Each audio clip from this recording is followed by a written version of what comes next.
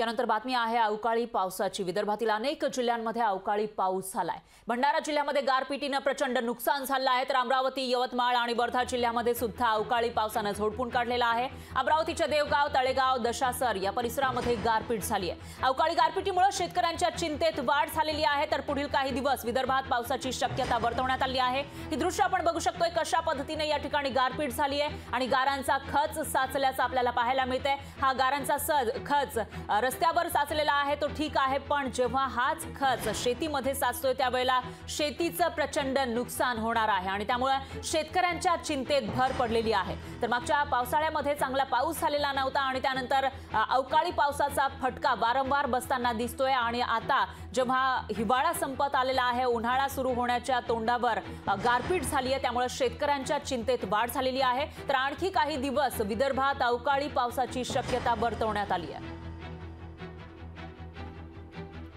अमरावती, भंडाऱ्यामध्ये गारपीट झालेली आहे आणि यामुळे शेतीचं मात्र प्रचंड नुकसान होण्याची भीती आहे।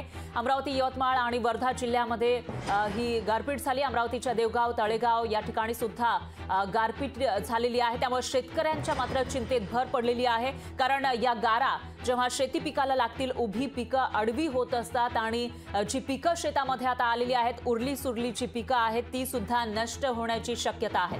याविषयी अधिक माहितीसाठी आपले प्रतिनिधी सूरज दहाट हे आपल्यासोबत थेट जोडले गेलेले आहेत। सूरज, काय सांगाल? अमरावतीमध्ये आता गारपिटीचा फटका बसताना दिसतोय। अवकाळी पाऊस तर आहेच, त्याचबरोबर गारपीट सुद्धा आहे, त्यामुळे इकडची स्थिती सध्या कशी आहे?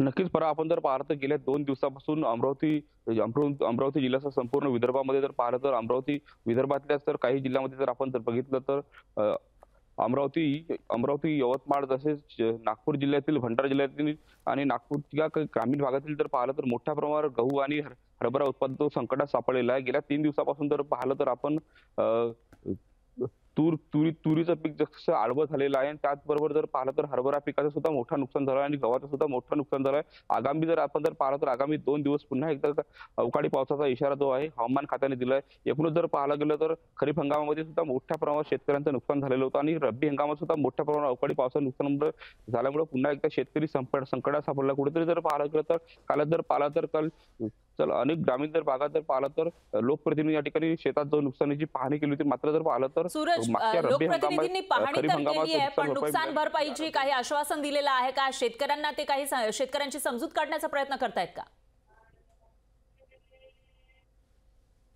नक्कीच काल जर पाहिलं तर काल वर्ध्याचे खासदार रामदास तडस यांनी वर्धा जिल्ह्याच्या ग्रामीण भागामध्ये झालेल्या नुकसानीची पाहणी केली होती। त्यांनी तात्काळ पंचनाम्याचे आदेश सुद्धा दिलेले होते। मात्र खऱ्या अर्थाने शेतकऱ्यांना तात्काळ जी मदत मिळायला पाहिजे ती अद्याप मिळाली नाही। कारण जर पाहिलं तर खरीप हंगामामध्ये जो नुकसान झालेलं होतं त्याचा जो पीक विम्याची रक्कम आहे शेतकऱ्यांना अद्यापही मिळाली नाही। मात्र आता रब्बी हंगामामध्ये पुन्हा एकदा गारपिटीचा तडाखा शेतकऱ्यांना बसल्यामुळे मायबाप सरकार केव्हा शेतकऱ्यांना मदत करा हे सुद्धा त्यानिमित्ताने बघावं लागेल। मात्र जर पाहिलं तर विदर्भामध्ये सर्वाधिक गव्हाचं उत्पन्न घेतलं जातं, मात्र रब्बी हंगामातील गहू पूर्णपणे संकटात सापडल्यामुळे आता आगामी 2 दिवसामध्ये पुन्हा एकदा पावसाचा जो इशारा दिलाय त्यामुळे पुन्हा एकदा शेतकऱ्याचं नुकसान होण्याची शक्यता नाकारता येत नाही।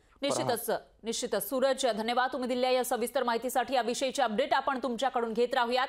लोकशाही मराठीनं हे शेतकऱ्यांचं जे नुकसान झालं आहे ते दाखवलंय, त्यामुळे आता लोकशाही मराठीच्या बातमीनंतर तरी सरकार याविषयीची दखल घेणार का आणि या शेतकऱ्यांना मदत करणार का ते बघावं लागेल।